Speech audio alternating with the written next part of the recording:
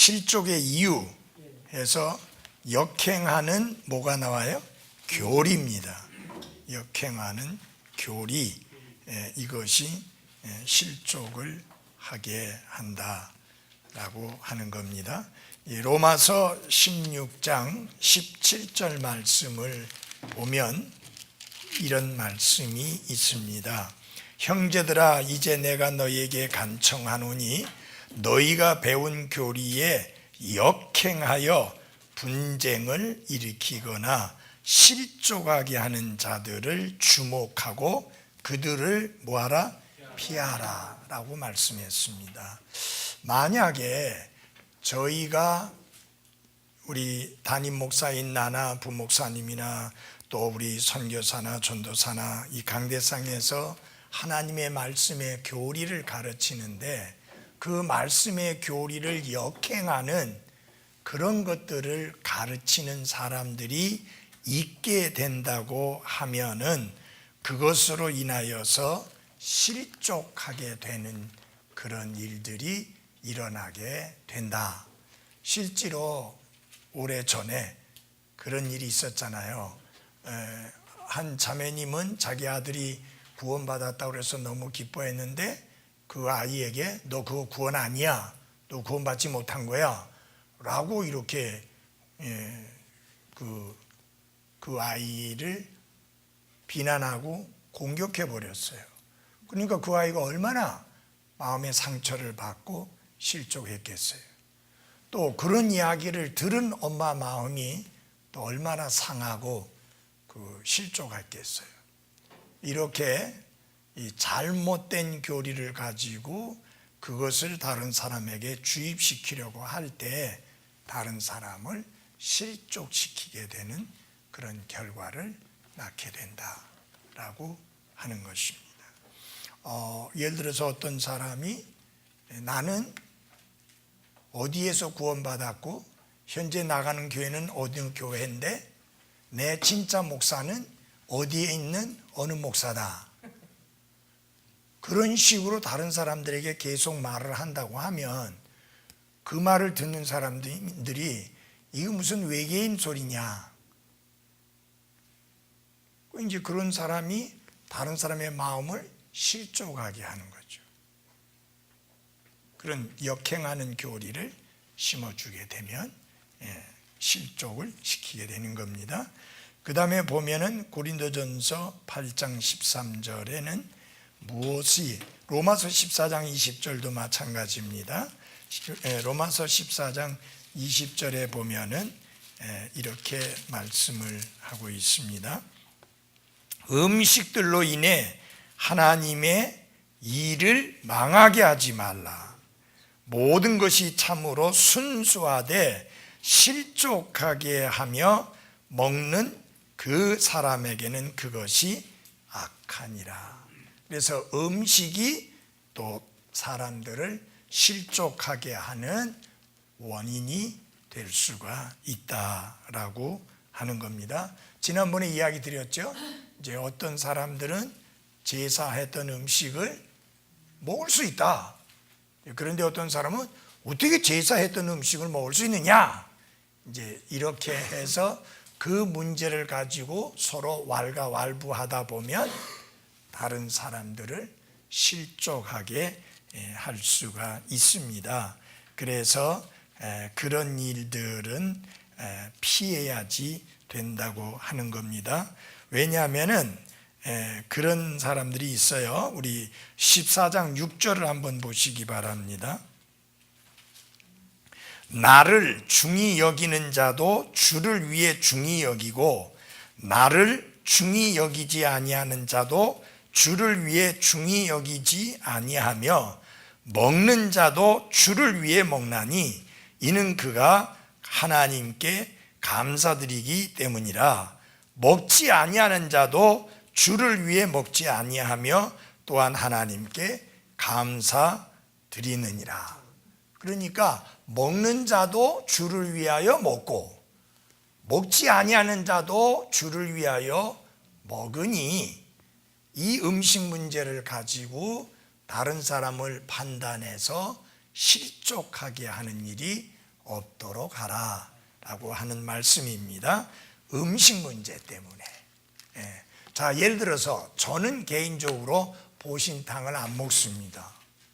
근데 보신탕을 먹는 사람을 비난하면서 어떻게 보신탕을 먹을 수 있느냐라고 이렇게 강력하게 주장을 하면서 공격을 하거나 비난을 하게 되면 상대방을 어떻게 하게 하는 거예요? 실족하게 하는 겁니다. 그 보신탕에 대한 생각들이 달라요. 음식이라고 봐요. 먹는 분들은. 맞아요? 나는 음식이라는 생각이 안 들어요. 그러면 나는 옳고 음식이라고 보는 사람이 틀렸느냐? 아니에요. 내 개인적으로 그걸 못 먹겠어요. 먹는 분들은 너무 맛있대요. 그러면 맛있다고 하는 사람을 공격하고 또 먹는 사람은 먹지 않는 나를 율법주의자라고 공격하고 그래 버리면은 안 되죠. 그리고 요 사이는 그렇게 죽이지 않습니다만은 제가 어렸을 때는 항상 개를 죽일 때는 목을 매달아 죽였어요. 피를 안 빼려고. 그래서 성경은 반드시 피를 흘리고 그리고 먹게 했잖아요. 짐승에 대해서. 그랬는데 그때는 이제 두 가지 방법이 있었는데 자루 안에 넣어놓고 목 뒤로 때려서 죽였어요. 아니면 목을 매달아 죽였어요. 항상 그 보신탕을 만들 때는 그렇게 해서 죽였어요. 그리고 피를 안 빼고 그 피가 안 빠져나와야 좋다고 하는지 하여튼 그때는 그렇게 했어요. 옛날에. 그래서 늘 그걸 지켜본 사람으로서는 영 깨름직해서 못 먹는 상황이었고 요새는 그렇게 안 죽인다고 그래요. 다 목을 따서 피를 흘리고 한다고 하네요. 어쨌든 간에 그런 음식이 실족하게 할 수 있는 그것이 될 수가 있습니다.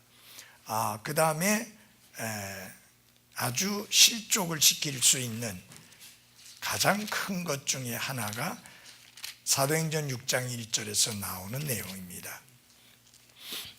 그 무렵에 제자들의 수가 크게 늘어났는데 그리스말 하는 사람들이 자기들의 과부들이 날마다 주는 배급에서 빠짐으로 히브리 사람들에게 불평을 터뜨리느니라.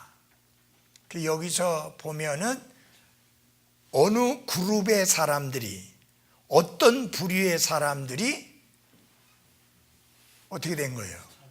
차별을 받았고 이제 차별을 받았다는 것은 무시당했다.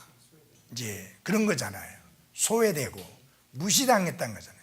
그래서 이렇게 다른 사람을 무시하는 거, 소외시키는 거, 그리고 차별시키는 거, 이것이 실족하게 하는 원인이 될 수가 있습니다.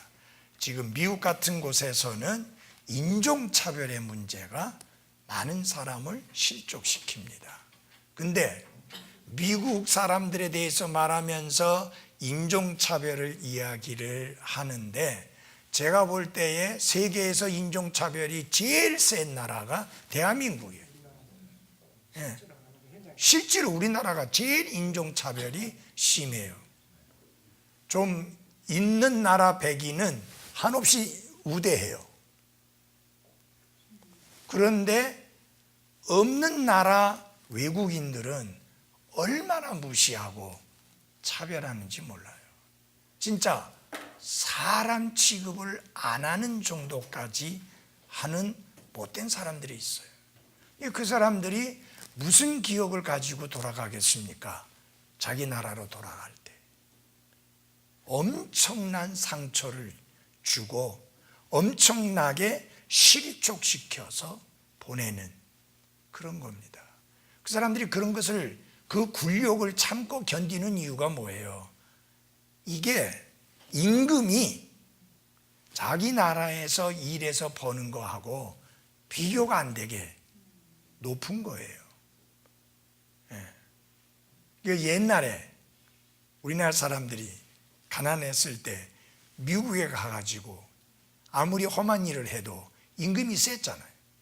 우리나라하고 비교가 안 됐거든요, 그때. 지금은 그렇지 않지만.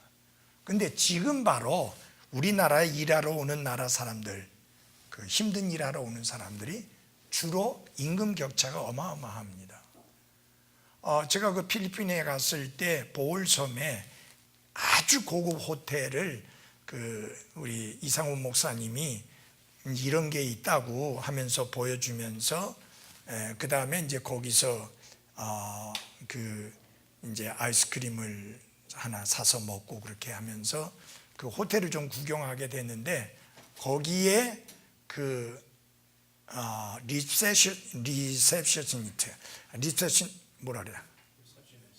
리셉셔니트 그 여자애가 정말 예쁘고 키도 크고 아주 잘 차려입었어요.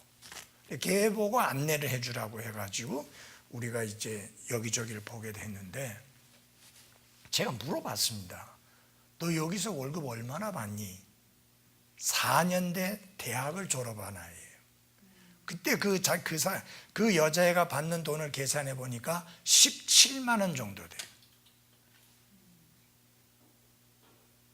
우리나라에 오면 17만 원이 아니라 170만 원 받을 수 있잖아요.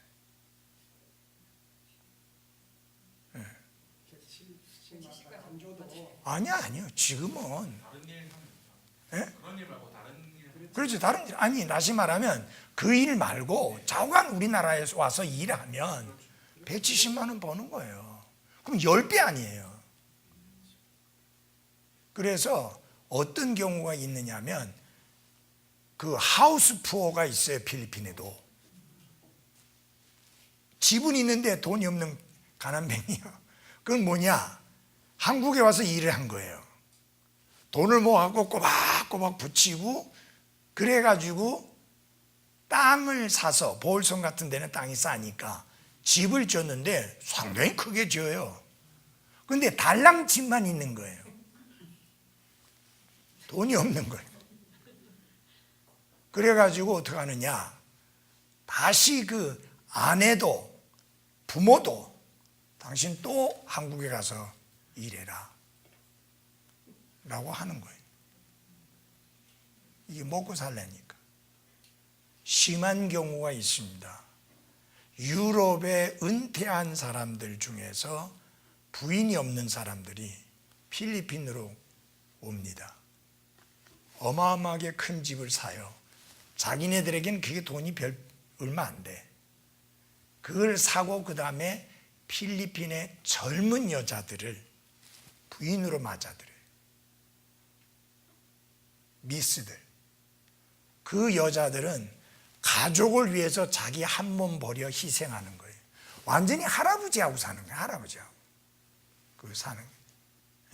제가 처음에 시부에 갔을 때에 호텔에 그때 그 이상훈 목사님이 해줘서 이제 호텔에 거하게 됐는데 거기에 보니까 젊은 여자하고 그렇게 유럽 사람하고 같이 이제 이래 다니는 걸 보는데 거기에 보니까 진짜 엄마 그 다음에 뭐 조카 뭐 해가지고 한보따리더라.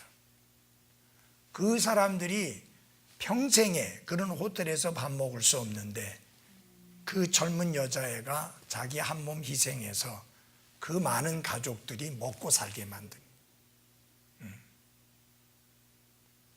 그런 사람들이니까 우리나라에 와서 인종차별을 받아도 견디고 있는 거예요. 상처를 받으면서도 견디고 있는 거예요.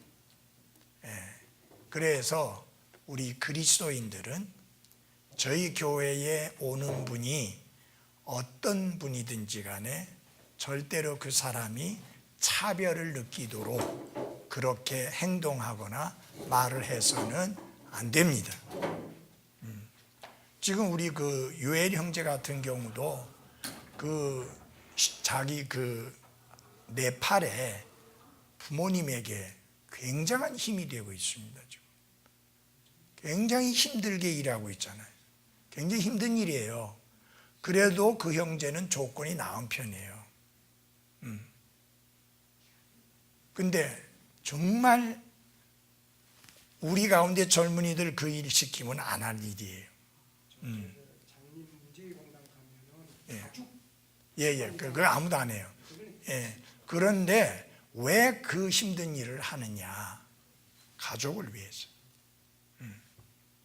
그래서 이런 걸 보면 참 있다고 해서 없는 사람을 무시하는 것은 크게 잘못이고, 그리스도인들이 결코 그런 모습을 보여서는 안 된다라고 하는 겁니다.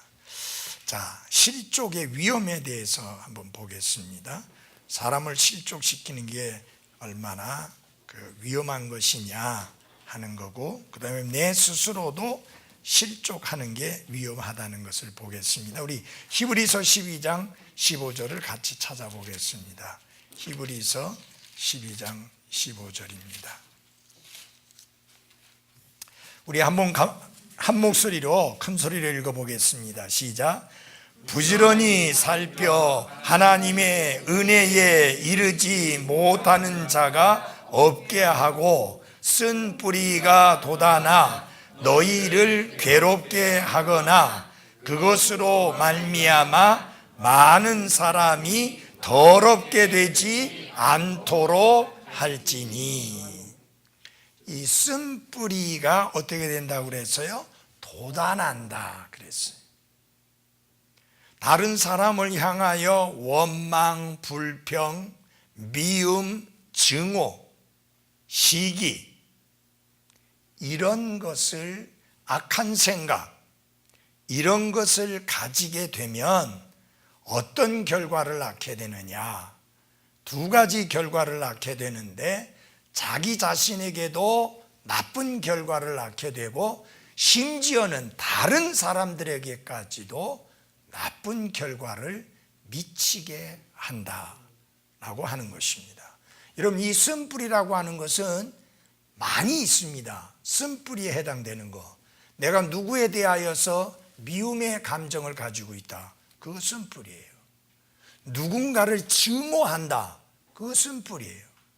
다른 사람에 대하여서 원망하고 불평하고 비난하고 생각만 하면 열받고 화내고, 그런 것 전부 다 쓴뿌리에 속한 겁니다. 그런 쓴뿌리가 생겨나지 않도록, 돋아나지 않도록 해야 되는데, 그 이유 중에 하나가 뭐냐면 그것이 끔찍한 결과를 가져오게 하기 때문입니다. 첫째, 그것은 당신을 뭐하게 할 것이다? 괴롭게 할 것이다. 그 사람을, 그렇게 쓴뿌리가 생겨난 그 사람 자신을 괴롭게 할 것이다.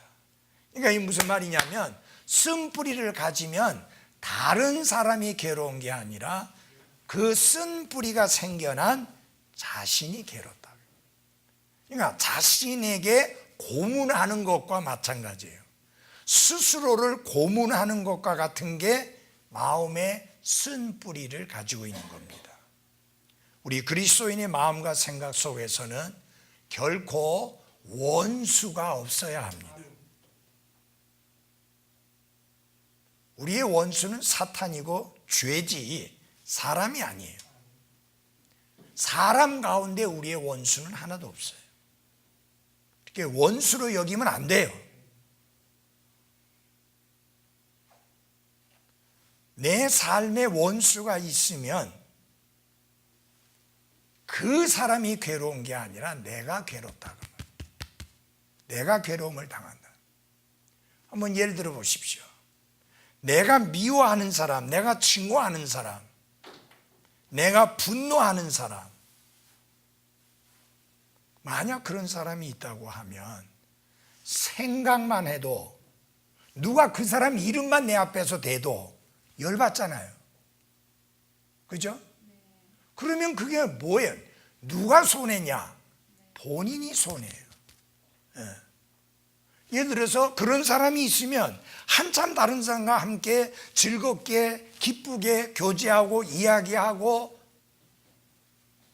환담을 나누고 하다가도 그 사람이 딱 나타나면 얼굴이 굳어지고 평안도 없고 기쁨도 없고, 그러면은 결국은 누구를 괴롭게 하는 거냐? 자기 자신을 괴롭게 하는 거예요. 오전에 제가 물어봤어요. 여러분 중에 원수가 있느냐 그러니까 한 자매님이 예 그러는 거예요. 그래서 다들 웃었어요.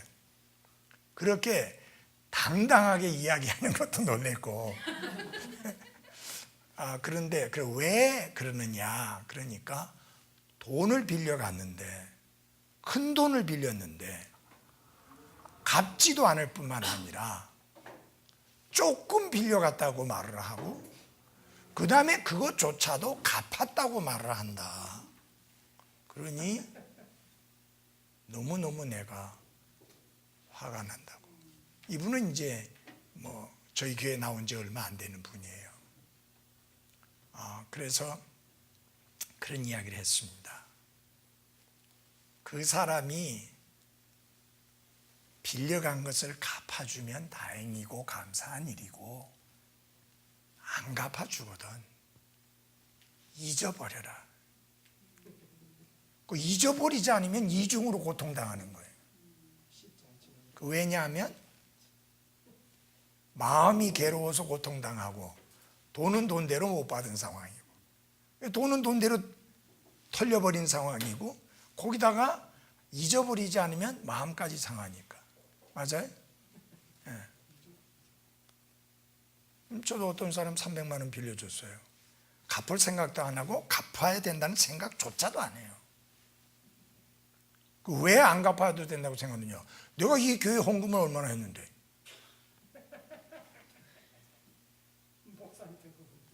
내한테 한 거 아니잖아. 그런데 상관없어요. 나는 그 돈이 없어도 사니까 준 거잖아요. 내 아내가 중간에서 했지만 우리가 같이 이야기한 게, 그거 받을 생각하지 말자. 받을 생각하면 불편해요. 받을 생각 안 하면 편해요. 그리고 그 돈이라도 어쩌든지 어떻게 해서든지 간에 그 사람에게 빌려줄 수 있었던 게 다행이다. 그렇게 생각하고 넘어가야 돼. 그래서 여러분 중요한 게 뭐냐면, 내가 다른 사람에 대하여 쓴뿌리를 가지고 있으면 이게 나를 괴롭게 할 뿐이다. 그게 누구이든지 간에. 목사님, 그 사람이 내게 어떻게 했는데요? 그거 생각하지 마십시오. 하나님께서 예수 그리스도의 보배로운 피를 통해서 우리의 죄들을 용서해 주셨을 때 그것이 태산 같다고 하면, 다른 사람이 내게 잘못한 것은 모래알 하나와 같아요. 비교가 안 돼. 그렇게 큰 용서를 받은 사람이 그 작은 잘못, 허물을 용서를 못한다. 그거는 자기 스스로를 괴롭게 할 뿐입니다. 성경에 이렇게 쓴 뿌리를 가지고 있으면 그것은 당신을 괴롭게 할 것이다. 그 다음에 이게 더 끔찍한 거예요. 그게 전염병과 같이 많은 사람들을 어떻게 한다고요? 더럽힌다 그랬습니다. 이게 왜냐? 이 쓴뿌리를 가진 사람들의 특징이 있습니다. 입을 다물고 가만히 혼자 있고 혼자만 괴로워하는 게 아니라 이걸 입을 벌려 다른 사람들에게 말하고 떠들기 시작합니다. 왜 말하고 떠들까요? 내가 정당하다고 하는 것을 변호하기 위해서. 여러분, 그렇게 하려고 하면 반드시 해야 되는 게 있습니다. 내가 미워하는 그 사람을 험담을 해야 돼. 비난을 해야 돼. 그가 못된 사람이라고 그렇게 험담을 해야 다른 사람들하고 나눌 수 있잖아요. 그러니까 여러분, 사람은요 전혀 그런 생각 안 하고 있었는데 말을 들으면 왠지 그 사람이 저 사람이 말한 것처럼 그런 사람 같다라는 그런 상상 내지는 생각이 드는 오염이 시작되는 거예요. 예. 자, 한번 예를 들어 보세요. 목사님이 설교는 참 잘하는데 사랑이 좀 부족해서, 이런 그 소리를 몇 번만 들어보세요. 그러면은 여러분의 마음속에도 우리 목사님은 사랑이 없는 사람이야, 그렇게 하는 거예요. 그러면 여러분 잘 보십시오. 그 쓴뿌리를 가진 사람 때문에 여기 한 사람이 오염됐어요. 그러면 그 사람만 오염되고 끝나는 게 아니에요. 전염병이 뭐예요? 번지는 거예요. 그래서 많은 사람들을 더럽힙니다. 잘못된 상상 내지는 잘못된 판단과 평가를 하도록 더럽힙니다. 이게 아주 그 쓴뿌리의 위험입니다. 엄청난 위험이죠. 자기 자신만 괴로운 게 아니라 다른 사람들까지 더럽히기 때문입니다. 그래서 정말 쓴뿌리가 위험하다라고 하는 것입니다. 자, 성경은 이 실족의 위험이 단순히 개인에게서 끝나는 게 아니라 교회에까지도 어떤 위험을 가져올 수 있다. 다 같이 우리 고린도후서 12장 20절을 찾아주십시오. 고린도후서 12장 20절입니다.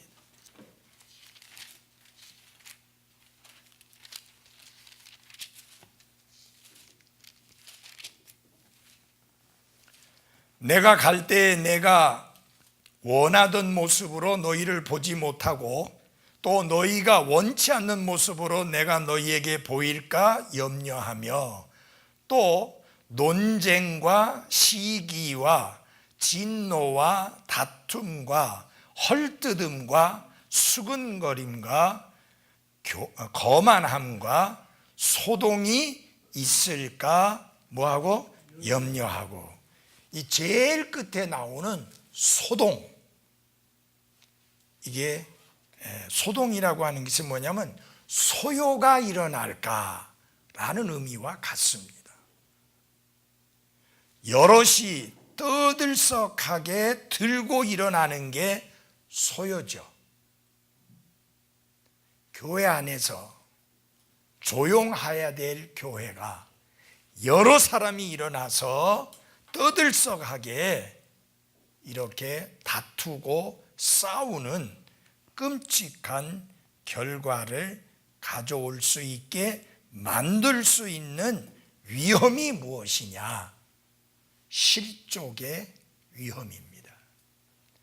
아까도 말씀을 드렸지만 마음의 분노와 시기와 질투와 그리고 미움과 증오를 가지고 있는 사람은 혼자서만 그것을 간직하고 있는 게 아니라 퍼뜨린다는 이야기예요. 그러다 보면은 내 편에 서주는 사람도 있고 내 편에 서지 않고 그거 틀렸다고 공격하는 사람도 있게 마련입니다. 그런데 이게 점점 세력들이 많이 늘어나서 이쪽 세력과 이쪽 세력 둘로 쫙 갈라지게 되면 엄청난 소요가 일어나면서 교회가 시끄러움 속에 빠지게 되는 거예요. 지금 서울에 있는 큰 대형 교회 두 개가 지금 그런 입장이잖아요. 명성교회하고 사랑의 교회가 매주 싸워요. 거기는 매주 소요가 일어나요. 매주 소동이 일어나요. 근데 사실 그것은 극히 작은 것에서부터 시작됐거든요. 그것을 크게 문제 삼은 사람들에 의해서 시작이 되어졌거든요. 예를 들어 봅시다. 뭐 그런 사람 한두 사람 아니에요. 신학 박사 학위를 받는데 정상적으로 공부를 해가지고 박사 학위 받은 사람들도 많이 있지만 실제로는 가서 공부도 안 하고 논문도 다른 사람이 쓰게 해가지고 그래가지고 박사 학위 받는 사람도 있고, 그 다음에는 전혀 공부 안 했고 돈을 얼마만 주면 명예 박사 학위 줘요. 이제 결국은 박사라고 하는데 실제로 제대로 가서 공부해갖고 제대로 논문을 써서 제대로 논문이 통과돼서 박사학위 받은 거 아니다. 그럼 아니면 어때? 그까짓 게 뭐 목회하는데 뭐 이렇게 중요하다고. 그런데 그것에다가 초점을 꽉 맞춰가지고 목사의 자질을 말하는 거예요. 정직하지 못하다. 그래가지고 이걸 문제를 일으켜가지고 이게요, 세상 법정에까지 가서 이 사람이 목사로서 목회할 수 있는 자격이 있느냐 없느냐를 판단해 주십시오 하는 그런 상황까지 갔다고 말이에요. 그러면 여러분, 그 교회가 소동이 있을까요 없을까요? 소동이 있죠. 엄청난 소요가 일어나고 엄청난 소동이 일어납니다. 그래서 이만큼 쓴 뿌리를 가지는 게 굉장히 위험하다. 정말 이게 무서운 거다 라고 하는 겁니다. 별거 아닌 것 같고 크게 확대시켜서, 그래서 내 편을 만들고 그러면 또 상대방은 또 자기 편을 만들고, 그러면은 교회가 혼란 속에 빠지면서 큰 소동이 일어나고 소요가 일어나게 되는 거죠. 무질서죠. 예. 우리 여기 고린도전서 14장 33절을 찾아주십시오. 고린도전서 14장 33절입니다. 성도들의 모든 교회에서처럼 하나님은 혼란의 창시자가 아니요 화평의 창시자시니라. 여러분, 혼란은요 죄와 사탄으로부터 온 겁니다. 그것은 하나님께로부터 온 것이 아닙니다. 그런데 이런 혼란이 교회 안에까지 올 수 있는데 무엇을 통해서 오느냐? 지극히 작은 실족에서부터 올 수 있다 그 말이에요. 여러분, 고린도 교회가 네 파로 나눠져 있는 거 아시죠? 기억하세요? 노영재님 기억나요?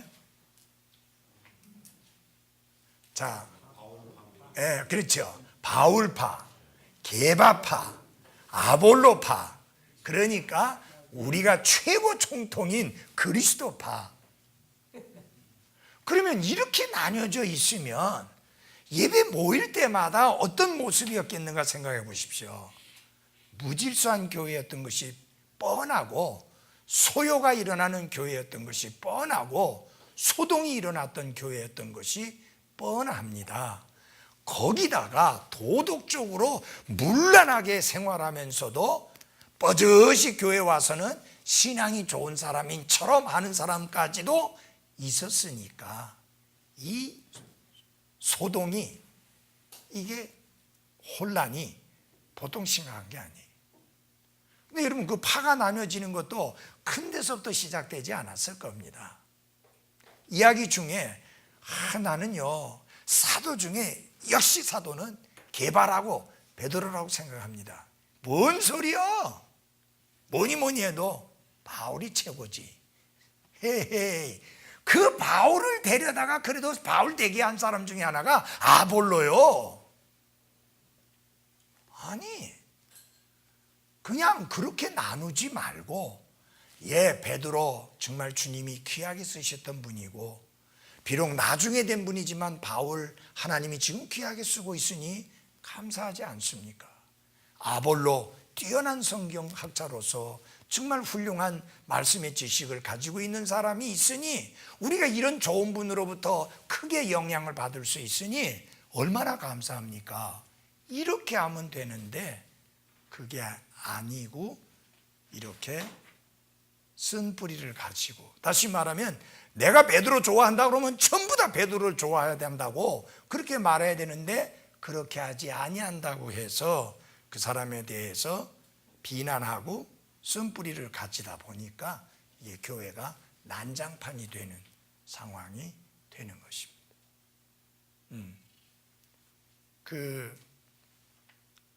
지난 수요일 날 우리 앤드류 선교사가 설교하면서 했던 이야기 중에 그런 이야기였습니다. 천주교에서는 자기네들이 가르치는 대로 가르치지 아니한 자들을 전부 다 처형시켰다. 존 칼빈도 마찬가지로 스코틀랜드에서 제네바에서 지가 통치하면서 자신이 가르친 대로 가르치지 않는 자들을 다 죽였습니다. 그 중에 유명하고 뛰어난 학자가 하나 있었습니다. 그 사람은 못 죽였어요. 워낙 뛰어난 사람이라서 그 사람을 해쳤다가는 폭동이 일어날 수도 있기 때문에.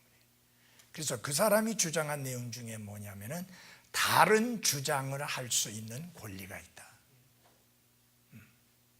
그래서 여러분, 절대적인 하나님의 말씀의 가르침이 아닌 이상은 사람들은 각각 다른 주장을 가질 수가 있습니다. 무슨 말인지 아시겠죠?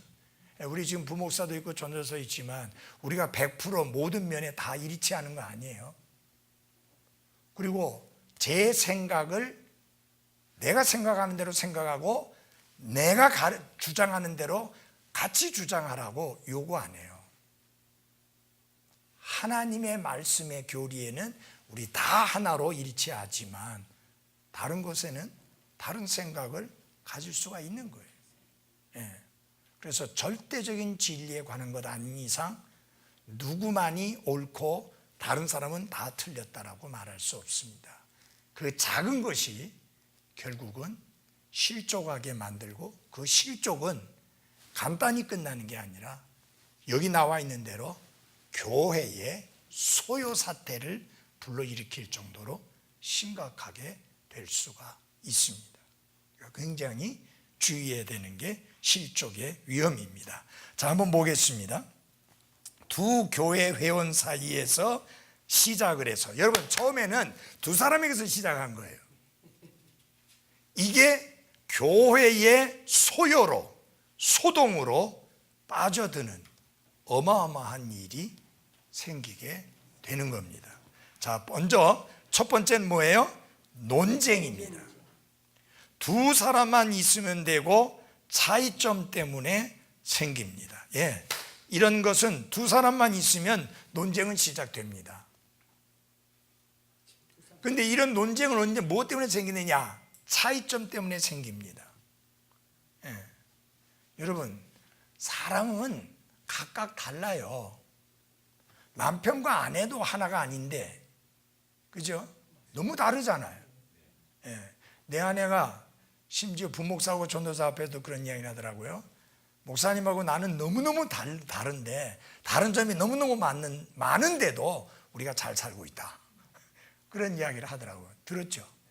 예. 그러면 우리가 일반적으로 생각할 때 같아야 잘 살지 다른데 어떻게 잘 사느냐? 왜 그래요? 다른데 왜 잘 사느냐? 다른 점을 존중해지기 때문에, 존중하기 때문입니다. 그게 절대적인 진리인 성경에 관한 것이 아니라면 그거 가지고 문제 삼을 필요가 없어요. 그런데 정말 다른데 제안하고 다하고 딱 같은 거 있어요. 자는 시간하고 일어나는 시간이 너무 같아요. 예를 들어서 아내는 일찍 자고 그래갖고 일찍 깨는 거 좋아하고 내는 늦게 자고 조금은 늦게 깨는 걸 좋아하고 그러면은 이게 자는 리듬이 안 맞으면 서로 불편하거든요. 그런데 저희들은 그런 게 없어요. 그래서 아주 잘 맞아요. 근데 뭐 다른 부분에서는 너무너무 안 맞아요. 내 아내는 저 퍼즐 맞추는 거 너무너무 좋아해요. 그 다음에 요새 그 큐브 너무너무 좋아해. 나는 보기만 해도 아주 그냥 싫어. 그 맞추는 것만 봐도 머리가 지근지근거려.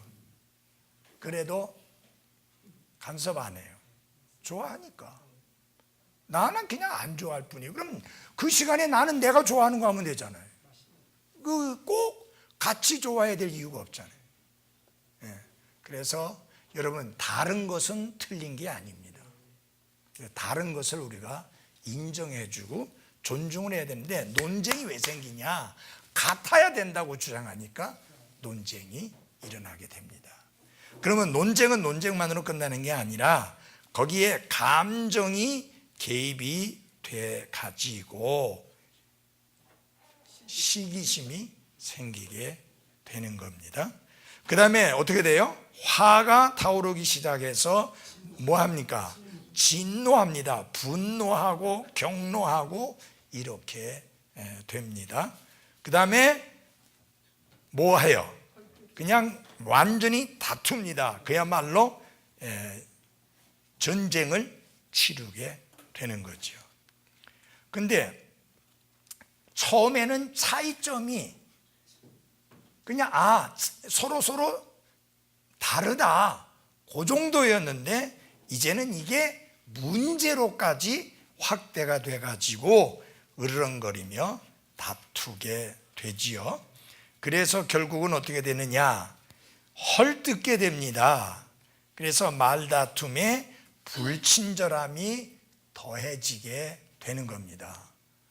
이제 친절 안 해져요. 이제 헐뜯게 되는데, 여러분 잘 보십시오. 둘이 헐뜯다가 그 다음에 어떻게 되느냐? 다른 사람에게 그 이야기를 들려주게 되어서 수군거림이 생기게 됩니다. 여러분 잘 보십시오. 사람은 그 소리를 듣고 에이 말 같지도 않은 소리 하지 말라고 그 이해하고 넘어가고 해야지 왜 그거 문제 삼고 그러냐고 에이 그냥 지내요. 그거 문제 삼지 말아요. 사람이 어떻게 항상 다 똑같을 수 있어요. 생각이 다를 수 있고 판단이 다를 수도 있는 거지. 그건 문제 삼지 말아요. 그렇게 해주면 좋은데 그래요? 하고는 그 다음에 이걸 또 많은 사람에게 막 옮기는 거예요. 그 아무개 있잖아, 자매가. 아무개 형제 있잖아, 그 부부 있잖아. 막 이렇대. 그래가지고 수군거려가지고 결국은 어떻게 되느냐? 은밀한 비방이 늘어나게 되죠. 그렇게 되면 어떻게 되냐면은 팀이 나눠져요. 그래서 서로 우리 편이 옳다는 우월의식에 사로잡혀서 교만하고 자만하고 거만해지게 되는 겁니다. 거만함. 거기 없죠. 첫째 논쟁, 두 번째 시기, 세 번째 진노, 네 번째 다툼, 그 다음에 헐뜯음, 수군거림, 그 다음에 거만함, 그리고 마침내 치고받고 싸우는 소동이 뒤따르게 됩니다.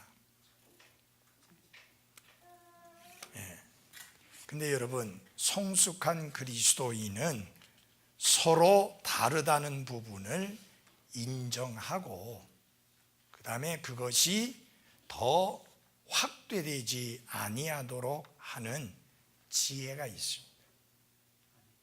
이게 성숙한 그리스도인의 모습입니다.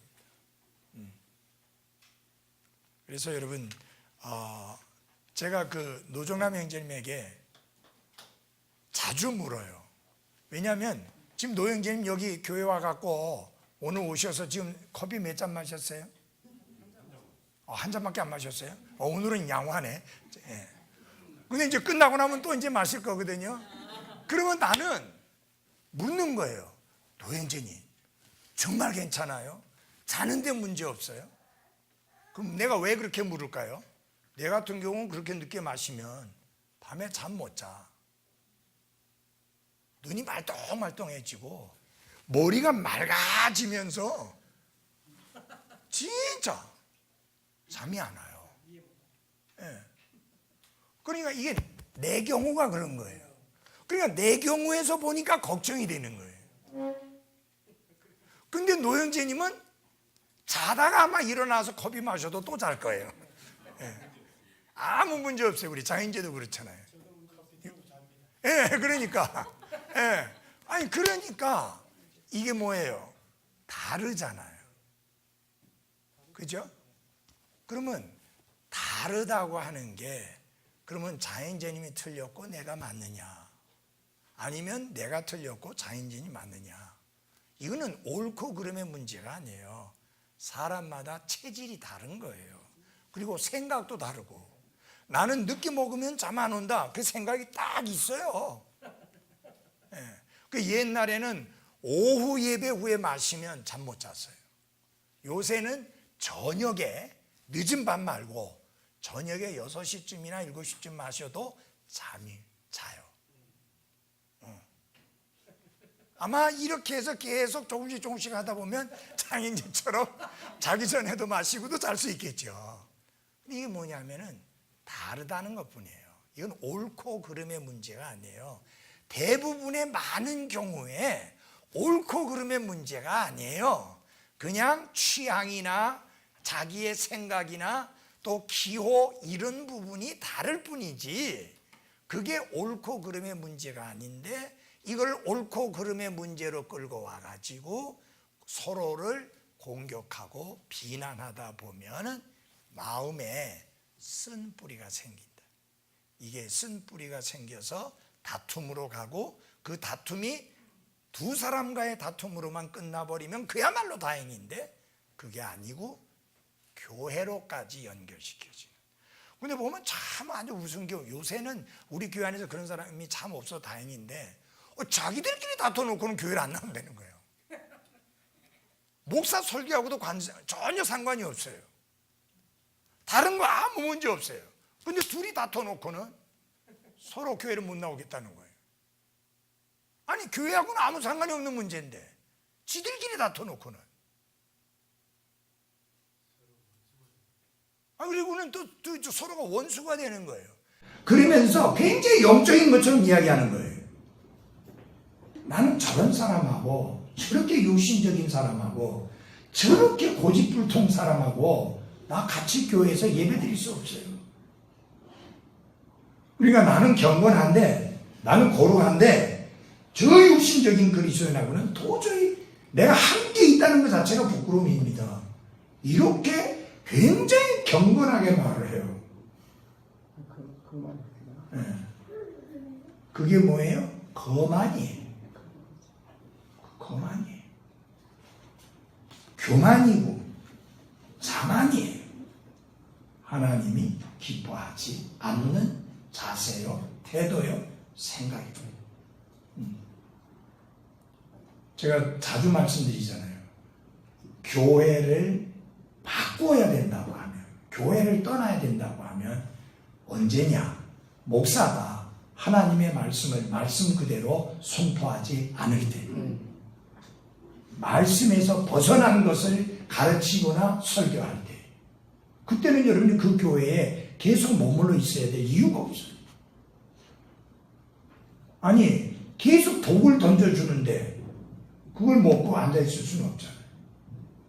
둘째, 굉장히 중요한 부분입니다. 목사가 설교하는 것과 전혀 달리 부도덕하고 그리고 전혀 본이 되지 않는 삶을 살 때, 다시 말하면 철저한 위선자일 때, 그때는 그 교회를 떠나야 됩니다. 목사 멱살 잡고 끌어내리는 게 아니고 조용히 떠나는 거예요. 그거 말고는 교회를 떠나야 될 이유가 없어요. 그래서 어떠한 경우에든지 이 자그마한 쓴뿌리가 교회를 소란시키거나 소요를 일으키는 그런 끔찍한 것으로 발전되지 않도록 문제가 작았을 때 빨리 해결해야 돼요. 그리고 다른 걸 인정해야 돼요. 그리고 여러분, 제가 여러분에게 말씀드립니다. 제발 다른 사람에 대해서 오해하지 마십시오. 나를 무시한다. 아니, 내 말 다 들어보세요. 나를 무시한다. 얼마나 내가 비참해져요. 저 자매가, 저 형제가 나를 무시한다 라고 생각하면 이거 얼마나 내가 비참해져요. 아니 내가 어떻게 다른 사람에게 무시당한다. 그거 내가 얼마나 비참하게 느껴져요. 왜 그런 생각을 해요? 그런 생각할 필요가 없어요. 생각을 빌립보서 4장에 나온 대로 바른 생각을 해야 돼요. 그 바른 생각은 뭐냐? 그 사람이 나한테 대놓고 욕하고 비난하면서 무시한다. 그렇게 깔보고 업신여긴 말을 나한테 대놓고 하지 않는 이상은 나를 무시하거나 업신여긴다라고 생각하지 마십시오. 그건 내가 생각을 잘못하고 있는 거예요. 직접 들은 것도 없잖아요. 이런 오늘날 우리나라에서 지금 일어나고 있는 행태를 보십시오. 사실도 아닌 걸 그냥 막 떠들어대가지고 공격하고 비난하고 욕하고 서로들 난리잖아요 지금. 예. 이놈의 세상이 이래가지고 뭐가 제대로 되겠어요. 세상은 그렇게 돌아가도 그리스도 안에 형제 자매들은 그렇게 돼서는 안 됩니다. 아멘. 항상 마음에 그런 생각하십시오. 이 교회 안에서 나를 무시하거나 업신여기는 사람은 한 사람도 없다. 다 나를 사랑하고 나를 위해주고 나를 위해서 기도해주고 나를 아껴주고 내가 잘 되기를 바라는 사람들 뿐이다. 아멘. 그런 믿음으로 살아요. 그런 확신으로 살아요. 그런 믿음과 확신으로 교회 생활하세요. 네. 행여 여러분 가운데 한 사람이라도 누군가가 나를 무시하고 멸시하고 업신여기고 깔본다. 내가 돈이 없어서 깔본다. 그런 생각 전혀 하지 마십시오. 그건 사실이 아니기 때문에. 아니 우리가 서로 사랑하고 사랑을 베풀고 친절히 하고 온유하게 하고 겸손하게 대하면서 섬기며 살기에도 우리 인생이 너무너무 짧은데 미워하고 증오하며 살기에는 얼마나 더 짧아요. 이 하나님이 주신 이 소중한 이 짧은 날들을 미워하고 시기하고 질투하고 쓴뿌리 가지고 원망하면서 살다가 이 땅의 삶을 마감할 수는 없잖아요. 예, 그렇게 어리석고 바보스러운 삶이 없습니다. 절대로 그렇게 살아가지 말기를 바랍니다. 그래서 여러분 마음속에 이렇게 생각하십시오. 모든 성도들이 나를 사랑한다. 아멘. 목사님도 부목사님도 전도사님도 나를 끔찍하게 사랑한다. 정정이니. 네, 왜 저한테 왜 그래요? 아니 그냥 한번 물어본 거예요.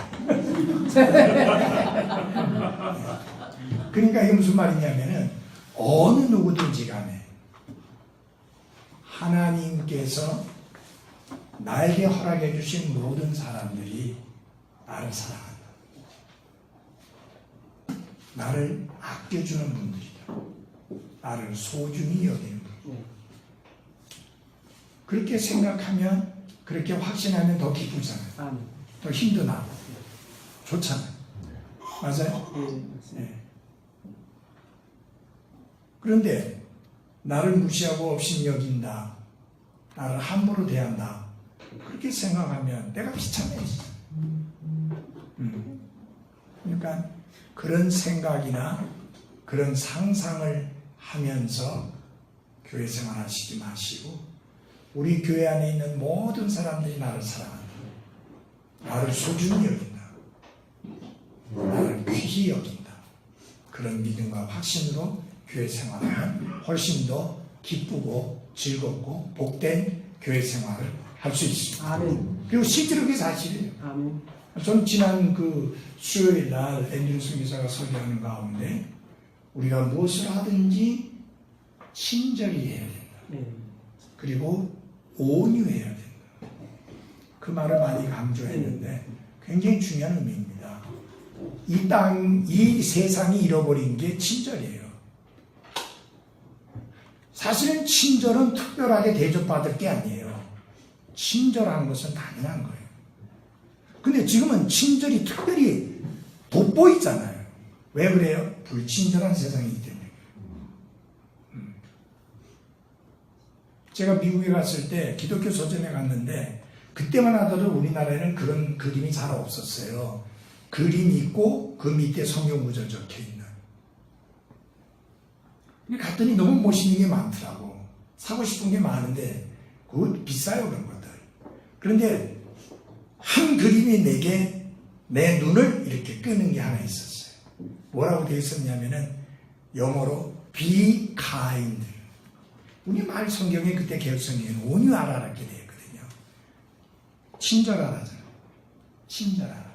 그러면서 무슨 그림이 있었느냐면은 어린 소년이 약하기 약한 그 토끼를 이렇게 쓰다듬는 그런 사진이었어요. 성에 기억나나 그 사진? 오랫동안 그 사진이 저희 집에 제가 그것을 사진만 사갖고 와가지고 액자 안에 넣어가지고 걸어놨던 적이 있습니다.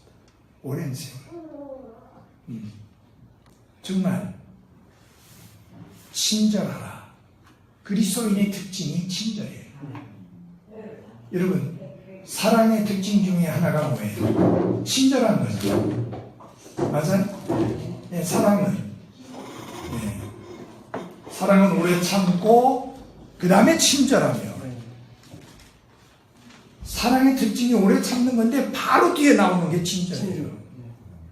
그래서 우리 그리스도인들은 정말 서로 친절해야 합니다. 나는 그리스도인으로서 친절한 모습으로 비춰지고 보여져야 합니다. 네. 저는 우리 김영 집사님 여기 있지만 집사님의 특징이 뭐냐? 모든 사람에게 친절한 거예요. 보배예요. 처음 온 사람 김 집사님에게 연결됐다 하면 딱 녹아. 계속 친절하게 해주니까. 그래서 지난번에 어떤 그 가족들이 왔는데 이 교회 오니까 너무 친절해서 좋다. 근데 사실 다 친절했던 게 아니에요. 한두 사람이 친절했는데 그게 이 교회가 친절한 걸로 비춰진다. 반대로 한두 사람이 불친절하면 이 교회가 불친절한 교회로 그렇게 비춰집니다. 내 한 사람의 행동이 이 교회가 친절한 교회 아니면 불친절한 교회를 결정할 수 있는 그런 중요한 의미가 있다. 그래서 우리는 모든 그리스도인들이 다 뭐 해야 돼요? 친절해야 돼요. 저기 노정남 행진이 우리 교회 왔더니 친절하니까. 예, 친절해요. 특히 김영수 집사님. 그러니까 친절 굉장히 중요해요. 그 친절한데 무슨 쓴뿌리가 내리겠어요? 친절하지 않으니까 쓴뿌리가 생기는 거예요. 친절하지 않으니까 저 사람이 나를 무시하나? 나를 깔보나? 업신여기나? 그렇게 생각하는 거예요. 친절하면 그런 오해 안 해요. 실족할 일이 없어요.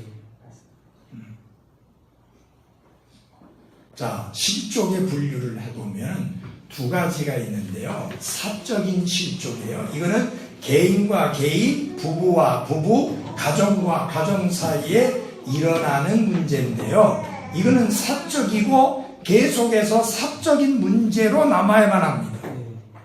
이건 문제가 뭐냐? 개인끼리 있었던 것을 갖다가 이걸 갖다가 떠들어대 가지고 사적인 게 아니고 공적인 것으로 만들어 버리면 이게 아주 위험한 거예요. 여러분 데살로니가전서 5장을 열어주십시오. 데살로니가전서 5장.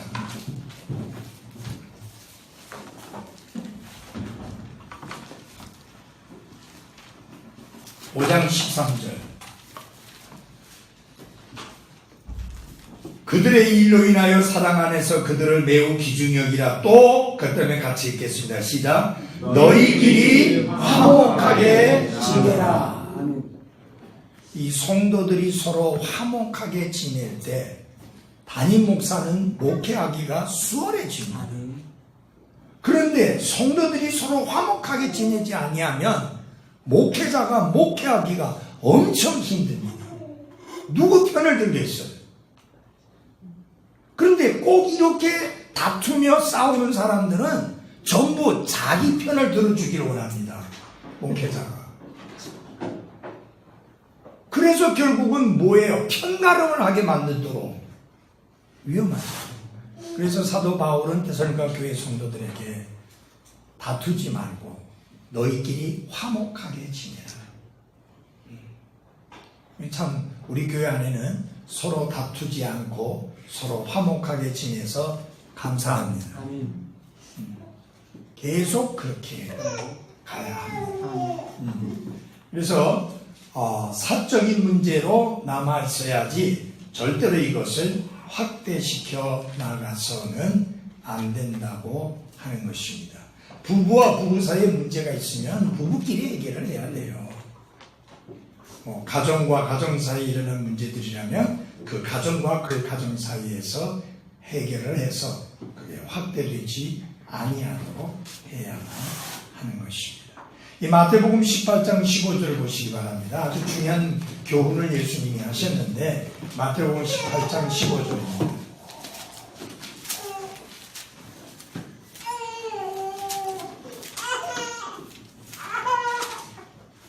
또한 만일 네 형제가 네게 범법하거든 가서 너와 그만 따로 있을 때에 그의 허물을 그에게 일러주라.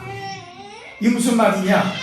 사적으로 문제가 생겼을 때, 다시 말하면 실족하고 실족해 하는 일이 생겼다면 너와 그 사람만 따로 있을 때에 그의 허물을 그에게 알려주라. 그러니까 다 개적으로 생겼던 개인적으로 생겼던 문제를 갖다가 나팔 불지 말라 그 말이에요. 모든 사람이 다 알 수 있도록 1대1로 만나서 해결을 하라 라고 하는 것입니다. 그것이 개인적인 실족을 해결하는 방법입니다. 그 다음에 잠언에 보면은 굉장히 엄중한 경고의 말씀을 주셨습니다. 잠언 25장 9절입니다.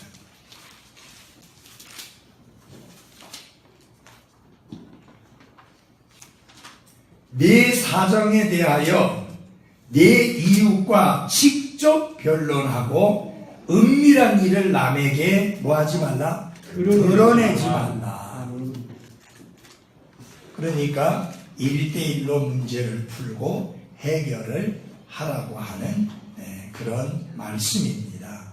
그래서 개인적으로 실족하게 되는 경우가 있고, 그래서 개인적으로 해결을 해야 될 그런 경우가 있고, 그 다음에 공적인 실족이 있는데 이것은 교회에 영향을 끼치는 경우입니다. 실족을 일으킨 사람 때문에 문제가 커져서 공적으로 다뤄야만 하는 경우를 말하는데 이것을 어려운 말로 권징이라고 합니다. 고면하고 듣지 않으면 징계 처리를 해야 되는 이런 경우들을 말하는데 거기 보면은 몇 가지가 나와 있습니다. 부도덕한 행동, 무질서한 행동, 제멋대로 하는 행동, 이단적인 행동, 건방진 행동, 신실하지 못한 행동. 이게 2000년 전에 초대교회 당시에 이런 문제들이 있었는데 21세기인 오늘에도 마찬가지입니다. 특별히 제가 볼 때 가장 치명적인 것 중에 두 가지가 끝에서 두 개의 내용입니다. 한번 좀 보겠습니다. 요한 3서 9절입니다. 요한 3서.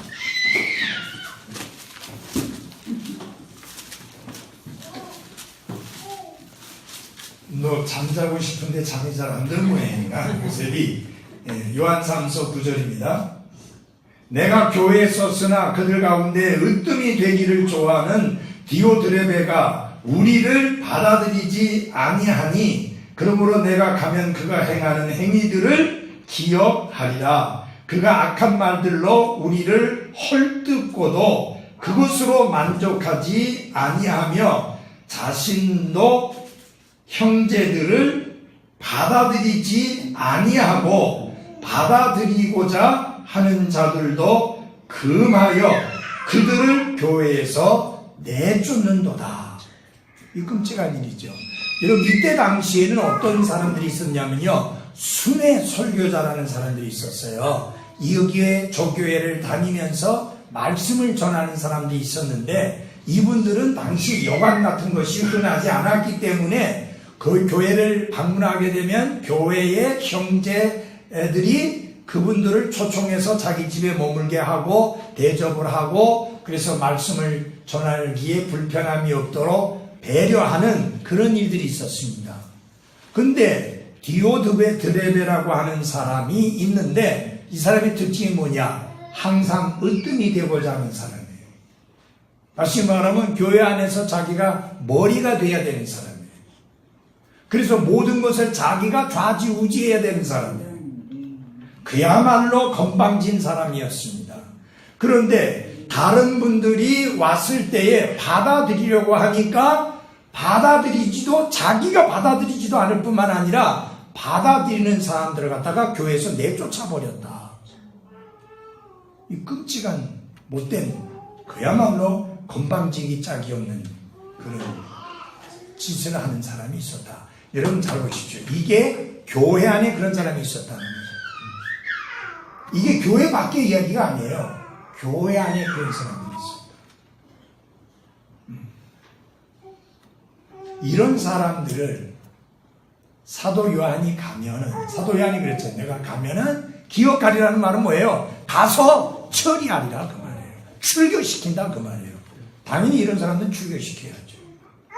그럼 전에 그런 일이 있었어요. 우리 교회에서 어떤 형제가 다른 교회에 있다가 왔는데, 이 형제가 뭐 어떻게 하고 돌아다니냐면은 다른 사람이 어떻게 구원받느냐고 물어놓고는 그 구원 간증을 하면 그건 구원 아니다 하는 식으로 해가지고 계속 자신의 잘못된 구원관을 여러 사람에게 심어주려고 애를 썼어요.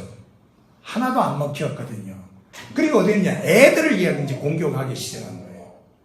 그리고 한 아이가 구원받고 기뻐하고, 그래서 엄마도 기뻐하는데 걔를 물려갖고, 너 구원받았어? 그러니까 얘 어떻게 구원받는데? 왜 어떻게 이렇게 구원받았다니까? 그거 구원 아니야!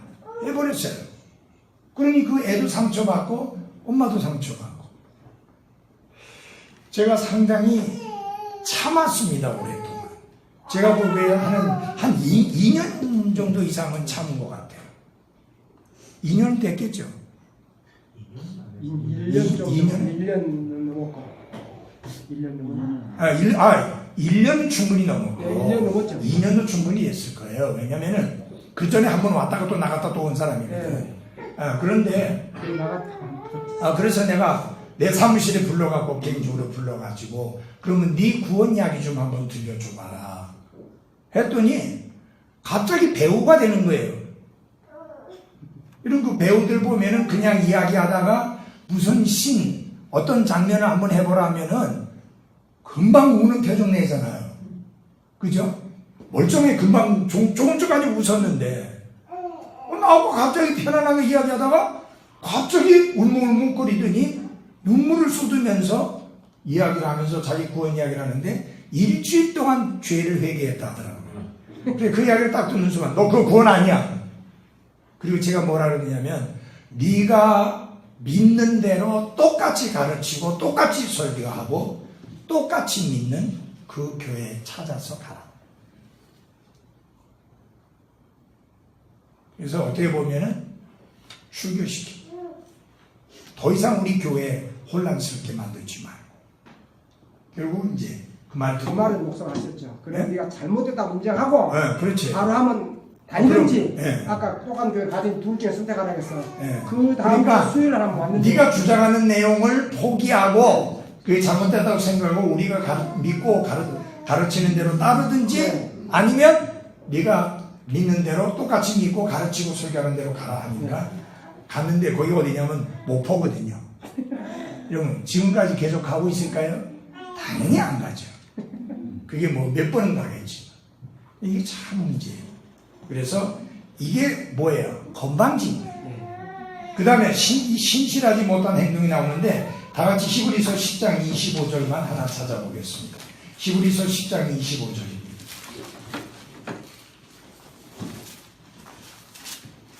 어떤 사람들의 습관과 같이 우리의 함께 모이는 일을 패하지 말고 서로 권면하되 그 날이 다가옴을 너희가 볼수록 더욱 그리하자.